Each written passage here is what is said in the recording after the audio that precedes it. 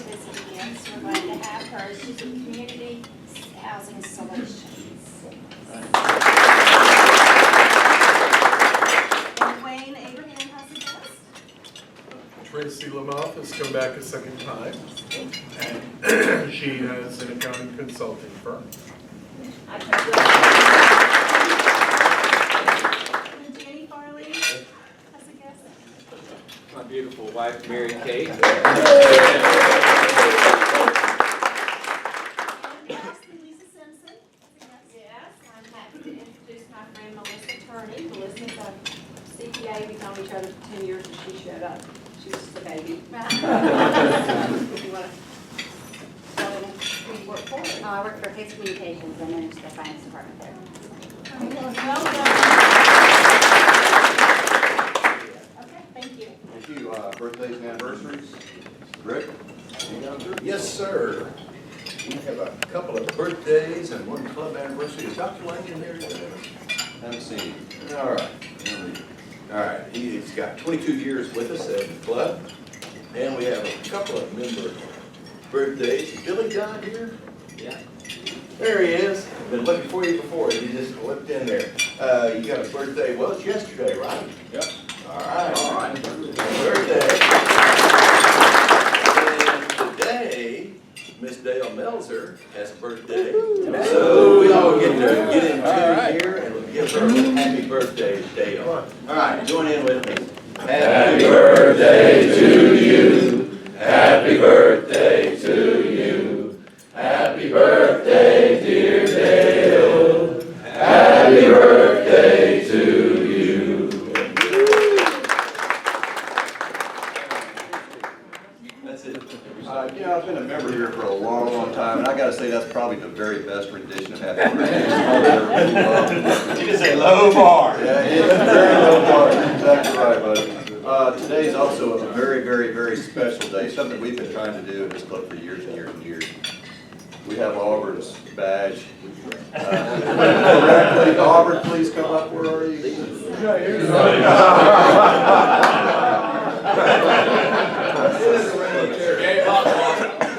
up. Yeah, that's right. I thought it was all. We waited too long, we waited too long. Okay, Buster, got any happy dollars?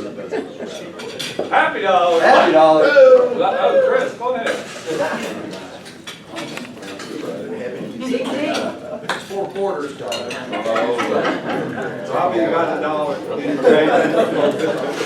So Tuesday of last week, our third son Chase was born.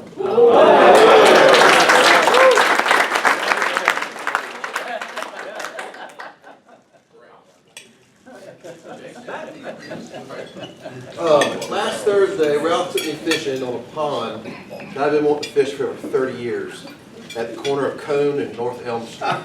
And it was awesome. I mean, besides Ralph literally waiting for the fish feeder to go off and casting in it, he did catch the biggest fish at that point, but it was a great time. We caught lots of fish, had a good time. I really enjoyed it. So I just wanted to brag about that. So is this like something you can get in on?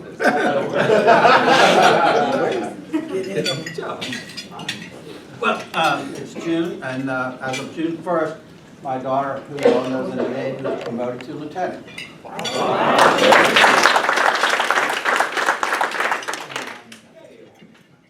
I don't have any singles, so this is a $10 bill, but I feel like I'm going to make money on this one, so I'm not worried about it.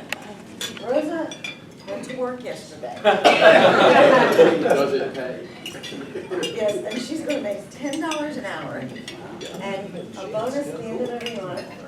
And she came home and hugged me and said, "Oh my God, how do you stay on your feet all day?"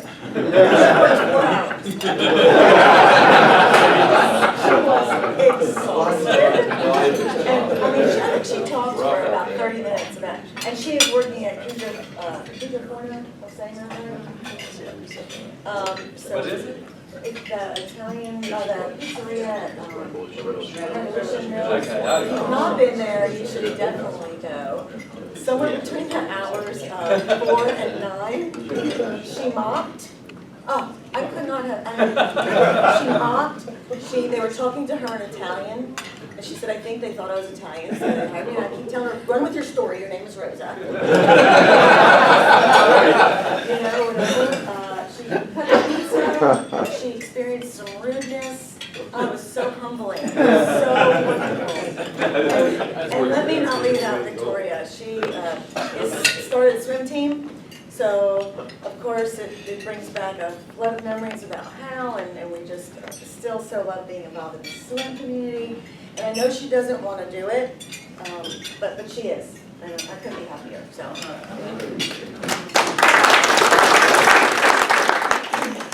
One of the earliest stories about Rosa was Hal told us that they were at a swim meet.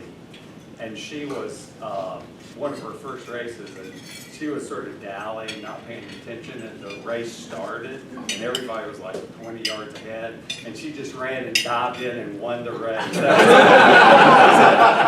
girl's going to be incredible. That's one of the first stories he told about. Steve. I don't know, yes, already here, but, well, I finally made the transition from the fixer-upper from hell, and sold it, and bought and sold on the same day 2 days ago. I don't know if I'm going to be able to sleep quite as well without the sound of gunshots in the background, but yeah, it's a nice transition.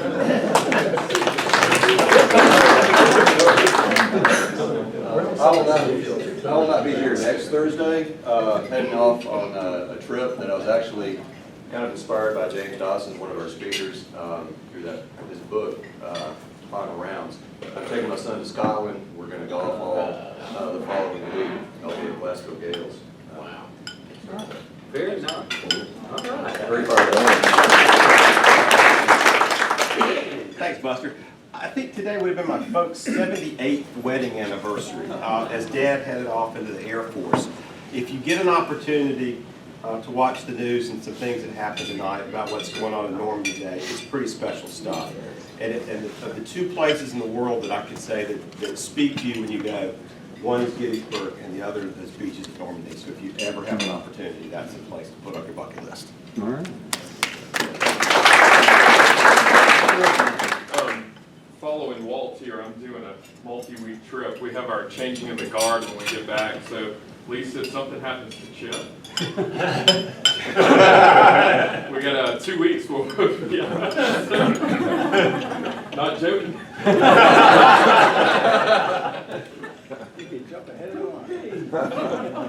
Well, I want to thank Rusty Hoffman and Guy Rabando for allowing me to do their flooring. So I'm happy to say everything went smoothly and everything. So thank y'all for your business. Thank you. Thank you. That's been a good job. We got a 20 out of that. That's all I did the beer hat. Most of the things I do, that's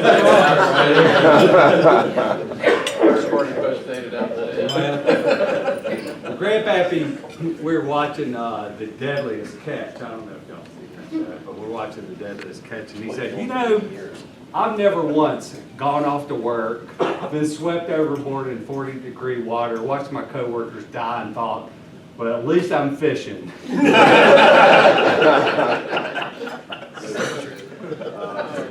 It's a special day for our club, not only for Auburn's badge, which you wasn't here for. We have an initiation today, so I'm going to ask Robbie and Chris to come up.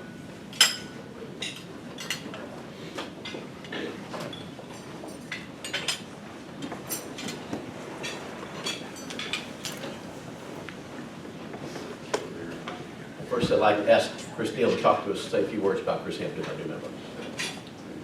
Chris and I have gotten to know each other a little bit through some mutual friendships between people at our firms. Chris is an attorney at Nex and Pruitt, focused in their construction practice. Great guy, interested in the club for the service aspects of it. And that's shown by the fact that his firm at this point isn't sponsoring him. He's chosen to get involved on his own in hopes that it'll become something.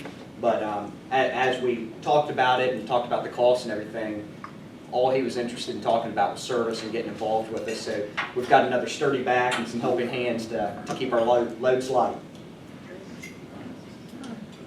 And with that, it is our pleasure this morning to welcome Chris Hampton as the latest member of Gate City Rotary. On behalf of the Board of Directors and our members, Chris, we sincerely welcome you here. Our welcome is not only in anticipation of the good fellowship we'll share with you on these Thursday mornings and during social outings. We welcome you for your strong arms and sturdy back, which will help us carry out our many service projects, which, in a small yet significant way, make our community, our country, and our world a better place for all to live. Now, for all here, Rotarians and non-Rotarians alike, let's be reminded of these important facts.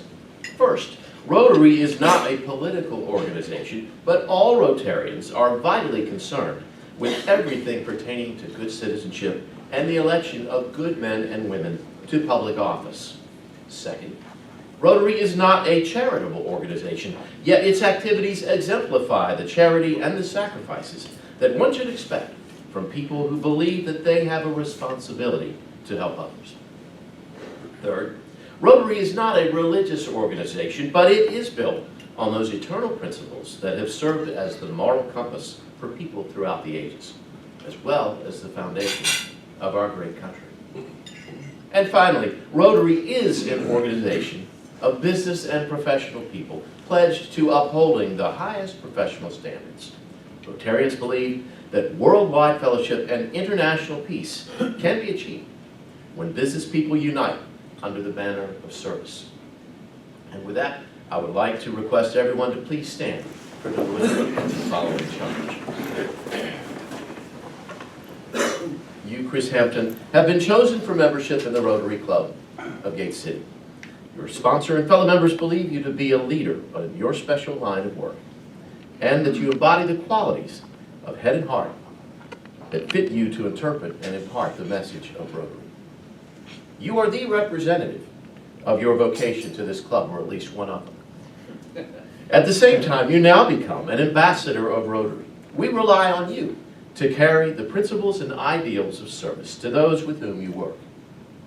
Additionally, we expect you to help inspire us, your fellow members, to become better Rotarians. And I now ask Walt and Chris, your sponsoring member, to present you with the distinguishing lapel pin of a Rotarian. And it is our hope that you will wear it proudly for others to see. And also included will be your official certificate of membership in Rotary and a declaration of the four-way test. And at this time, please give a warm Rotary welcome to our newest member.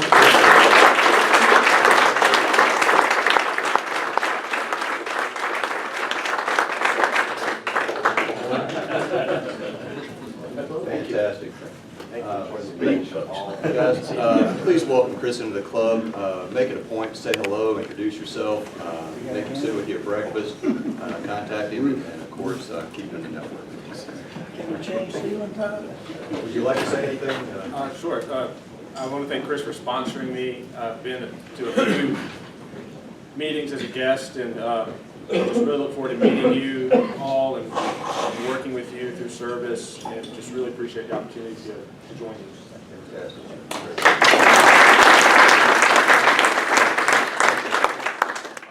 Other announcements, we have a change of the guard coming up June 26th, is that right? There is a sign up, Yes. sign up genius. A lot of people have already signed up, but just be sure to click your entree for that. Those are due back by next Wednesday. So we need to have everybody's in, but thanks for those that have signed up thus far. I'll send out a reminder on Monday. Matthew, you want to say something about Camp Carefree? Sure, I'd love to, Walt. Good morning, everybody. We had such a great turnout this past Saturday that it kind of slowed us down because there were so many people. We had like half a ceiling tile per person, but it was wonderful. I want to say thank you to everybody who's come out for the past 2 years, helped out with a lot of projects. It's been a pleasure, and moving forward, y'all can complain that guy. There you go. Fantastic. Okay, we have some new member talks today. And let's see, Rick and Mark are both going to speak. Have you guys talked about who goes first, or? Okie doke. You're closer. Rick, why don't you come on? Speak first, okay.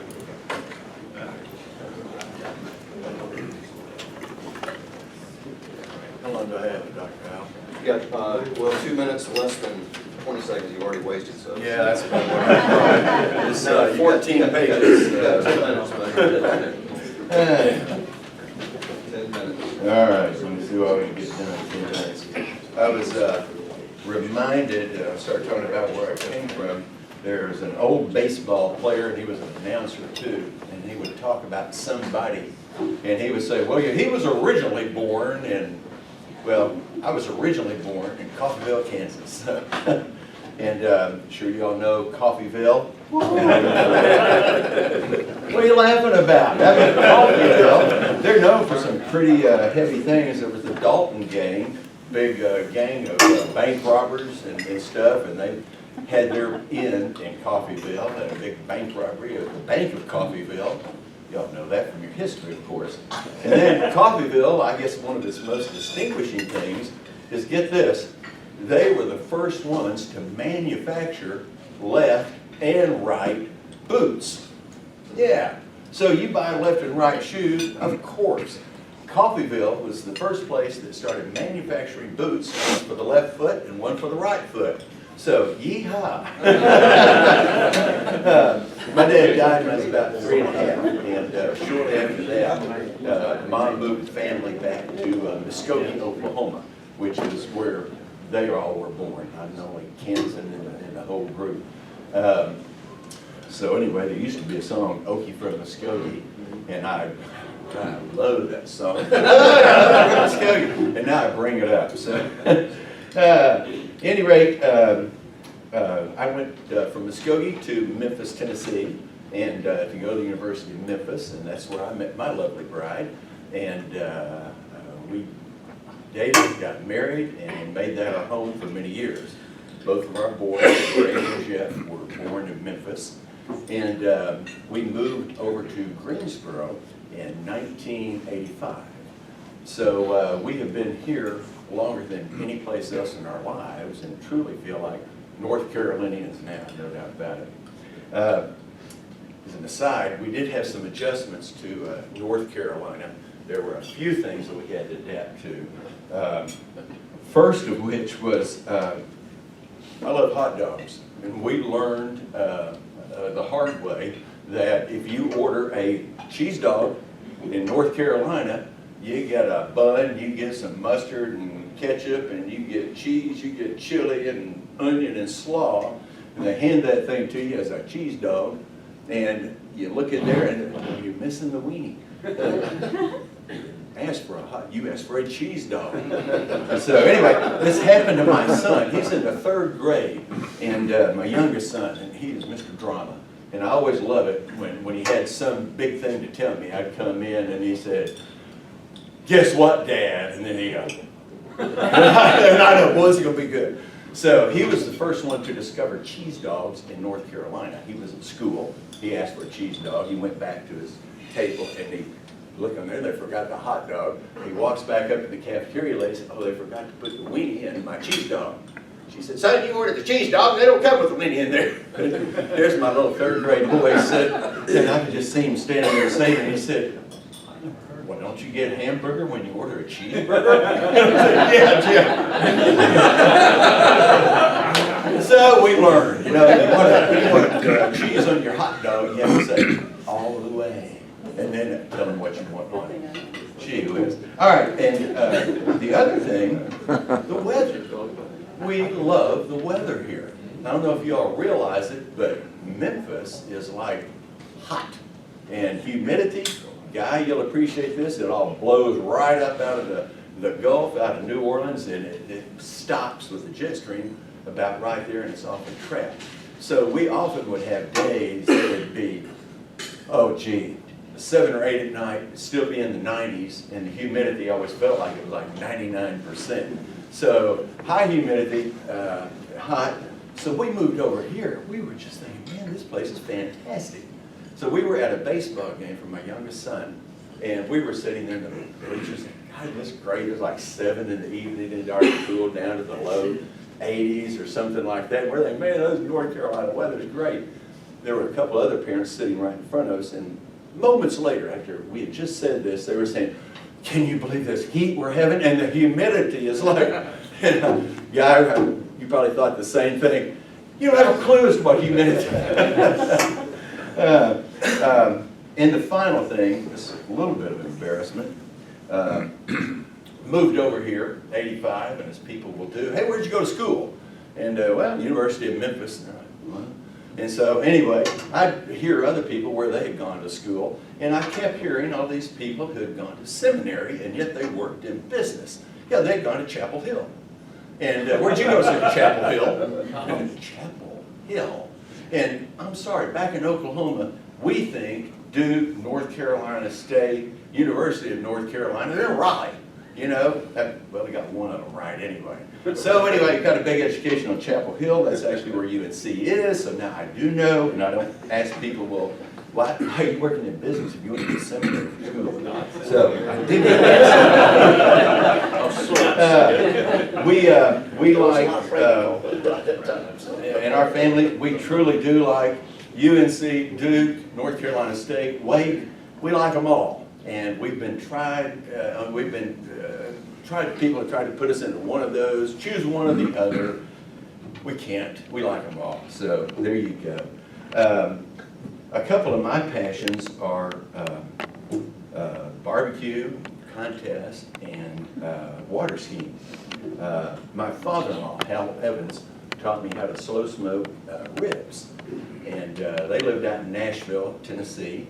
Not exactly out in the country, but they did have this big, long gravel driveway just spread out in the back. And I was surprised. I didn't know how you cook ribs or anything. I was visiting there with my cute girlfriend and spending the weekend with them. So he drags out all these old hickory limbs, and we're going to cook out in the barbecue. And he pulls them out of this big area and that gravel driveway, and he sets them on fire. Where are you going to cook ribs out here? Well, you show me. He got those things charred, pulls them back out of the fire, and then he uses those things to slow cook those ribs for about 4 hours, and best I ever had. He also made his own sauce, which we use to this day, and we have won a couple of grand championships, and won first in a lot of other categories, different places, using that recipe. It's different, and we really like it. So that's one of my big deals, and for pleasure. And thanks for not bringing up my big flop at the pig stock last year. Glad nobody brought that up. Anyway, love to water ski, and been doing that since I guess I was in high school. But it was about, in the year 2000, my oldest son started competing in contests, skiing a slalom course. And I'd never been on one before. And I thought, yeah, I could do that. You know, I like a pro, but I could be fast, I could cut, and all that stuff. So he took me out, put me on a course one time. I made it through the entrance gates, and I go out to get that first ball, and I see it just pass me. Holy cow. So I run to the other side, you know, trying to get that one. I missed that one too, and so I missed the third one, and I finally decided, no way I'm making number 4 either, so I just stay right here. And I got 5, missed the number 6, and missed the gates getting out. So anyway, I found out there's a little more to this than what I thought. So I really do enjoy it, like to compete in the contest.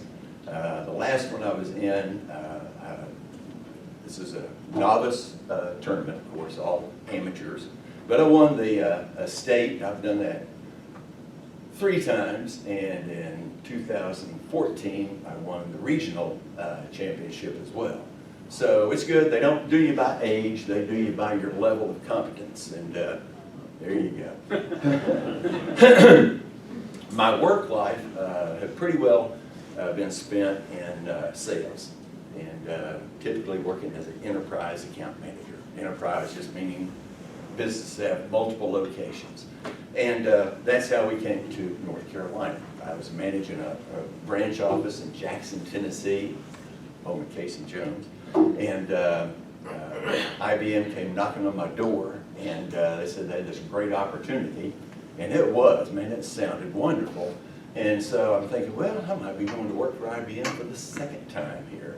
So I'd worked for them in Memphis, left to get into this new industry called telecommunications.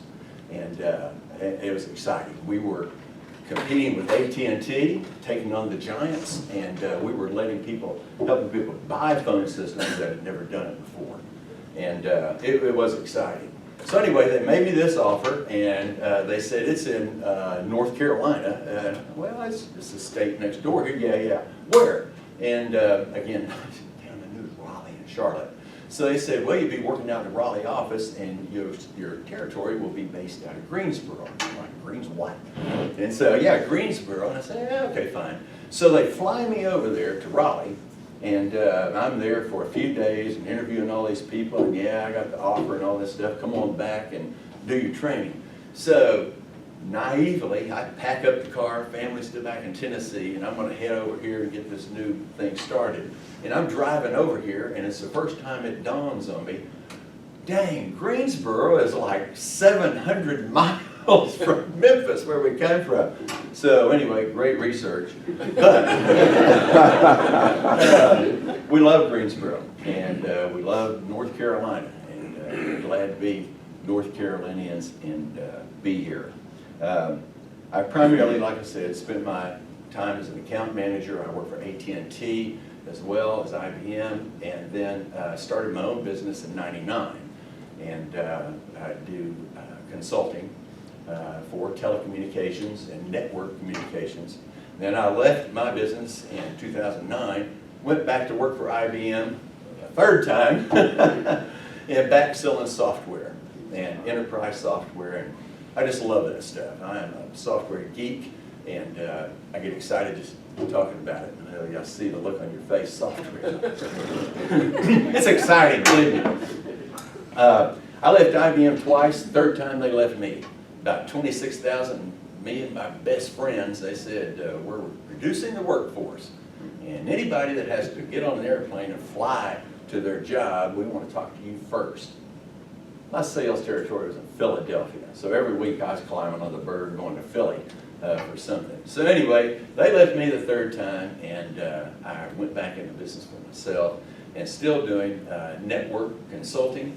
What I do is I work with businesses and I help them manage their networks for voice and data services. And now data is just so big for everything that we do.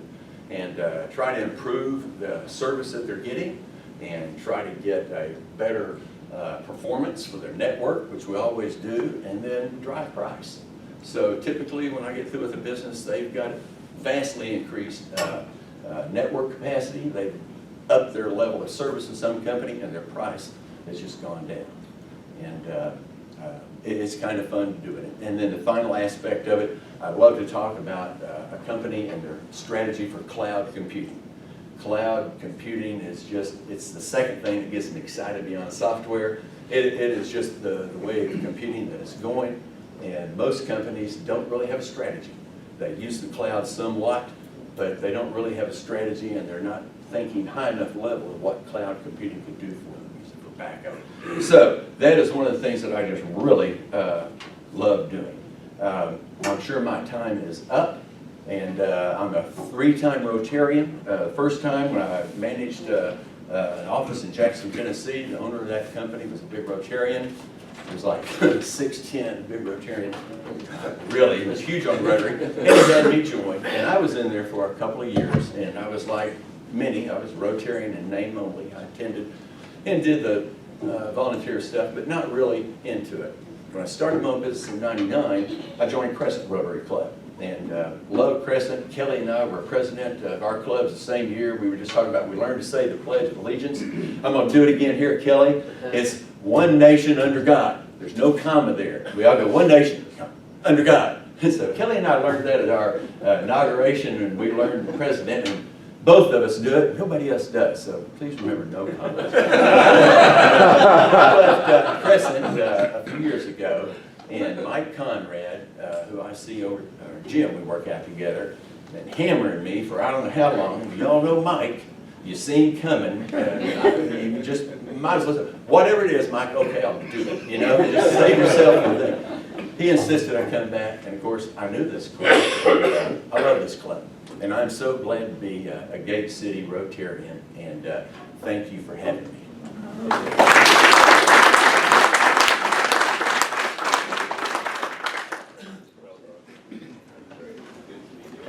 All right, so I get to follow Rick and the pressure of knowing Chip's not here, so you get to leave when I get finished.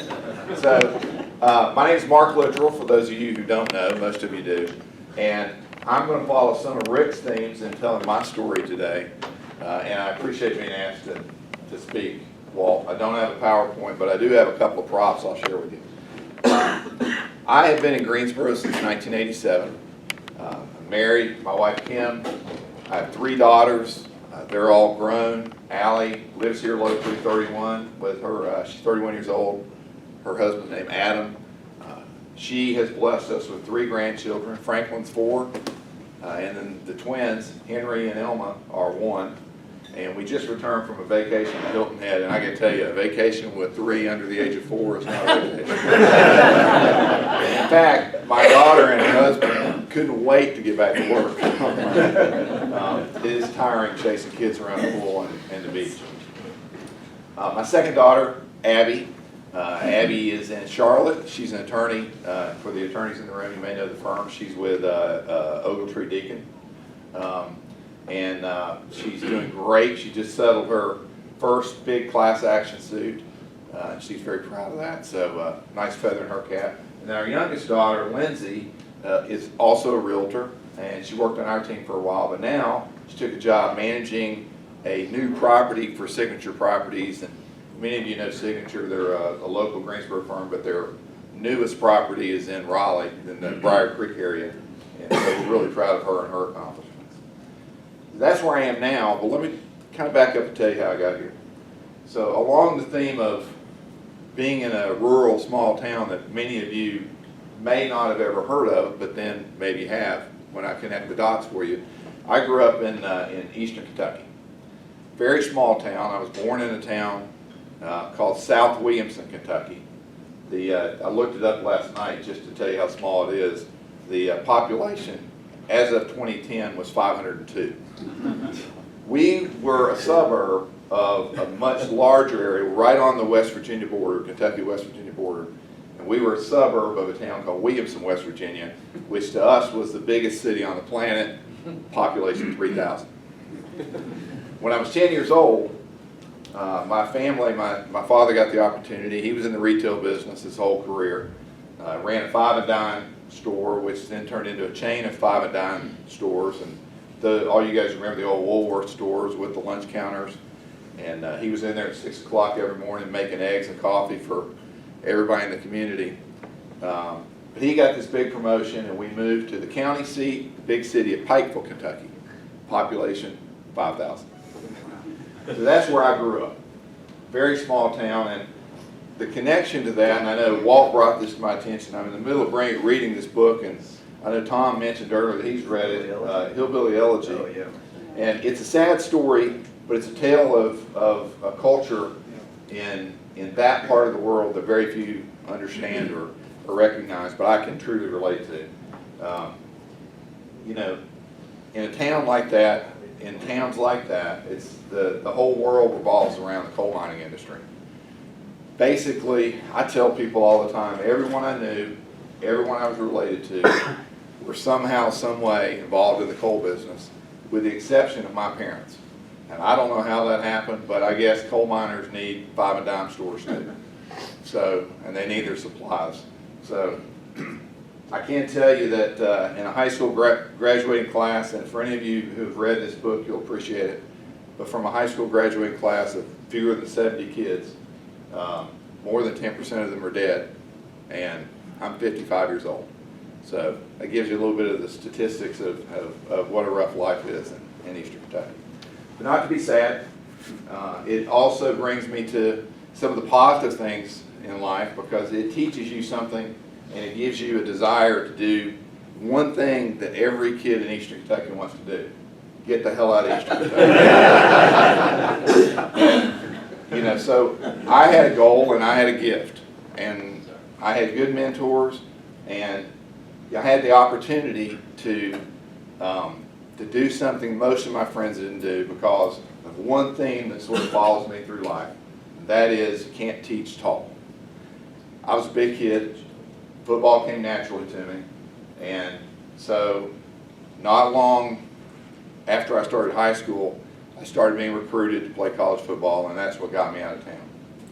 Before I go too far away from it, because it relates to Rick's story, the connection you may have, there are two connections to my hometown, or where I grew up, and that most people in here will be familiar with. The Hatfield-McCoy feud actually happened in my hometown. If we ever went to visit, which I don't very often because I don't have any family there now, the McCoy Cemetery sits in the center of Pikeville, Kentucky. The Hatfield Cemetery is in the middle of Williamson, West Virginia. And there's a lot of lore and stories, but if you're not in the colt binding business, or you are, you're probably related to a Hatfield or a McCoy in some way, stretch. The other, more contemporary, that a lot of us can relate to is, how many of you saw the old movie Coal Miner's Daughter? Well, I can take you to Butcher Holler. We used to go there with 6 packs of beer when I was about 14 years old. And that's probably when I first fell in love with Maker's Mark. Because, we would all, that's what the kids did. I mean, we'd go to the holler and we'd hang out. And sometimes we would take pictures on the cabin porch where Loretta Lynn was born. And not exactly your proudest moments, but they are memories and it's things people can relate to. So, fast forward on the music theme, college football was my opportunity. It's my exit. It's my way to get out of Eastern Kentucky. Not that I didn't love my family, not that I didn't love my friends, but that was everybody's goal: get out. And so when colleges came knocking, I was all about let's figure out what's best for me. I made a decision. Fortunately, I was blessed with at that point some good grades, and I was a pretty good student. So I made a decision. I would have to say an uninformed decision to go to, I was going to accept the opportunity to play football at Princeton University. And I was very excited. My best friend and I were going to go together. The coach had recruited both of us, and we were very excited to go to New Jersey and play football. And then as this whole thing progressed and we started talking, and somebody said, they don't have scholarships. And I said, no, I didn't know. And everyone else is offering to pay for college, and they're giving you a pat on the back and telling you you're going to do great when you graduate. So through that discussion, my focus turned very quickly, and I won't bore you with the whole long story of recruiting, but I wound up at Vanderbilt University, which my personal opinion is equal in stature and has football scholarships. Had the opportunity to play in the Southeastern Conference for 4.5 years, and I was an offensive lineman. People always say, what position did you play? I say offensive line. They say, well, you're a guard or you're a tackle. And I said, I was whatever was uncovered that week, because I was way too small. I played at about 285 pounds, and I actually was way too small at that point in time to be lined up against some of the biggest well-known players of those days. The two I'll relate to you, though, is I do remember in back-to-back weeks lining up the week before Thanksgiving against Reggie White. And Reggie White was everything, the history would say about him. He was huge, he was brutal, and he was the perfect gentleman. He would crush you, help you up, say a little prayer with you.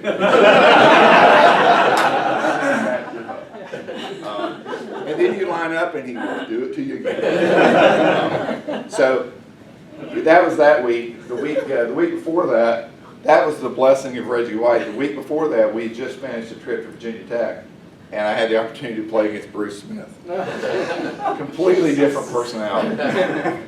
Bruce Smith was not really a nice guy, and he I won't go into all the stories, but he basically he was the fastest defensive lineman I ever saw lined up against or was anywhere near. He wouldn't run over you, he'd go around you and you would just feel like an idiot, especially the next day when coaches are watching tape. Littrell, what the? I don't know, he's so fast. But anyway, we actually lost both those games, but that's Vanderbilt football. Anyway, so a lot of those stories, I had the blessing to play for 4.5 years. We did play in one bowl game in that period. We played in the Hall of Fame Bowl, which was the highlight of my days. As most of you know, Vanderbilt's the only private school in the Southeastern Conference. By far and away the smallest school in the Southeastern Conference with about 5,000 students. And it's not exactly someplace you go if your goal is to play in the NFL. It's someplace you go if your goal is to get an education, play college football.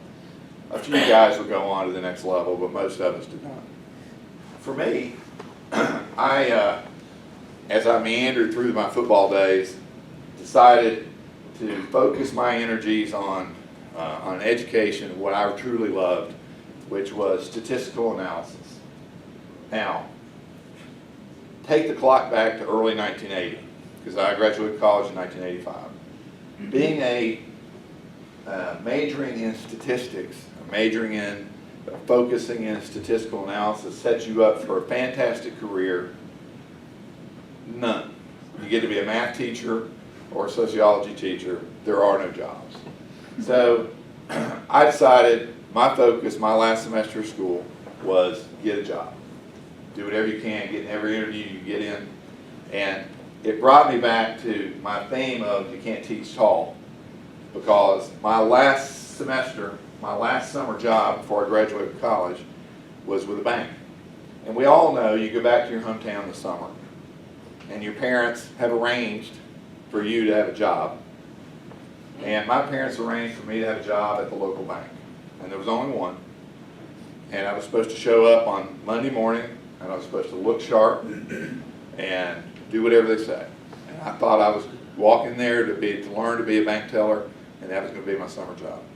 So I showed up the first day. I walked in. Branch manager meets me. They're showing me around. I meet the branch manager. He says, "Wow, you're tall."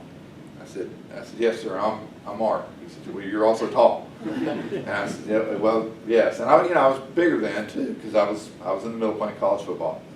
And he said, "Well," he said, "Well, you're going to do great. Glad to have you."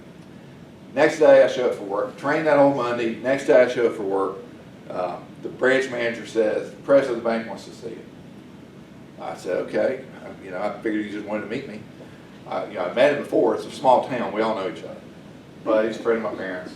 I walked in his office. He says hello. He says, "Look, I need a repo guy."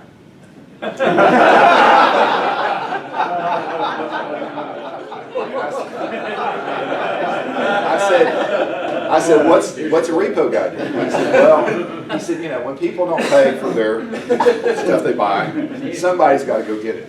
And I said, "Okay." I said, "So I don't really know how that works." He said, "Well, you have a driver's license, right?" And I said, "I have a driver's license." He said, "Well, basically, we're going to give you these loan packets.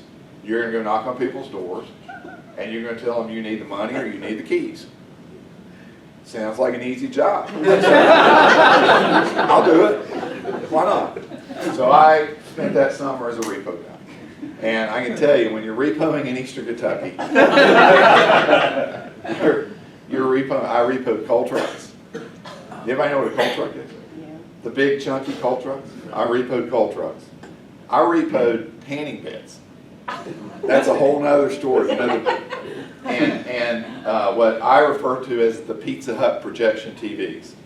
Now, you haven't lived life until you go into a trailer mobile home that nothing is in the living room except for a tanning bed and a Pizza Hut TV and a recliner. And they paid for the recliner. They didn't pay for anything else. And I would have to take these things out. Again, that's a long story for a beer, I think.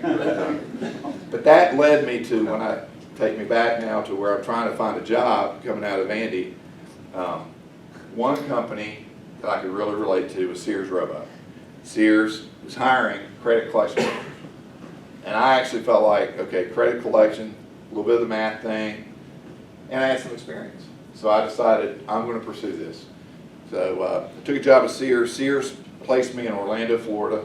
I was there for 1 year as a management trainee. They then transferred me to Greensboro because Greensboro was their largest credit center at the time.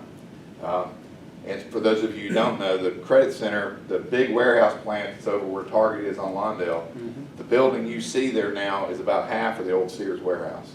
And our office was in there, and at the time, we were a very large employer. We had about 600 people in that call center. It was a big operation.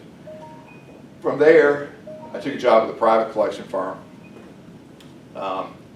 which we grew and grew, and in 2000, we sold the business to a much larger national firm, where I stayed from 2005, or left in 2005, at which point I'll tell you, I was managing 14 offices around North America, and I had about 10,000 employees reporting to me. And I hated going to work every day. It was no longer fun. I didn't know anybody's name.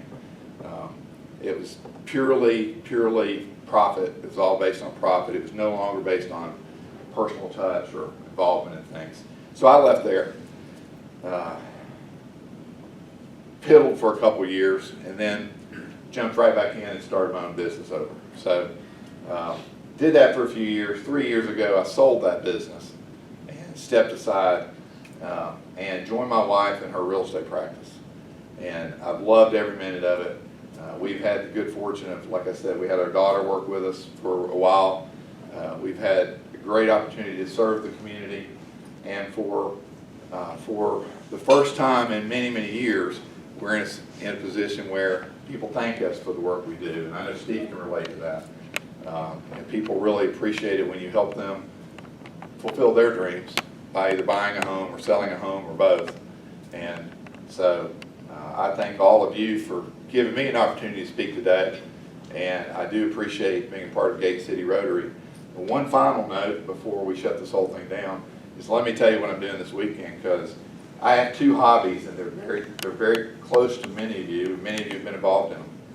One of them is, and Jeff knows this very well, is I teach bourbon classes, just for a hobby. So we've had some bourbon tasting events. We love you. And some of them have been very good, and some of them, they've all been very good, to tell you the truth. But I do that for fun, and if anybody ever wants to know, we set those up, and I'll do all the research and everything. And again, it relates back to my love, learning how to love Maker's Mark when I was 14. The other thing I do for a hobby for friends is I actually officiate weddings. And so I am doing a wedding, rehearsals this afternoon, weddings tomorrow. So hopefully I'll have a voice by the end of tomorrow evening. But if I see any of you Saturday morning, I might be mumbling a little bit. So anyway, thank you very much.